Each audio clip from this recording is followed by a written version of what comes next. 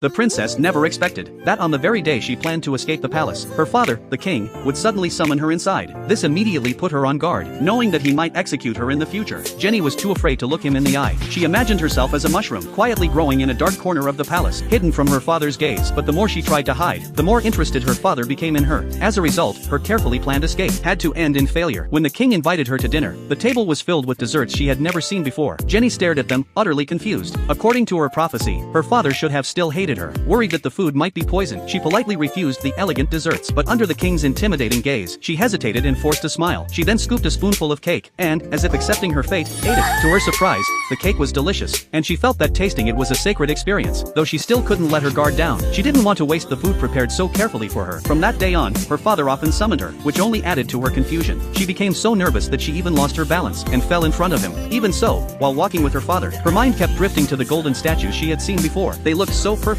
and made her feel an irresistible urge to bite them. Every time she tried to reach for one, the king would catch her immediately. Days passed like this, and the awkwardness between them began to ease. Jenny's fear of her father gradually started to fade, until one day, the king unexpectedly invited her to row a boat. They sat face to face, both keeping silent. The air was tense, and the king's gaze made Jenny's heart race. To distract herself, she focused on the beautiful lotus floating on the water. As she leaned in to smell it, her vision suddenly drained of color. As if under a spell, she reached out to touch it, but lost her balance and fell into the river.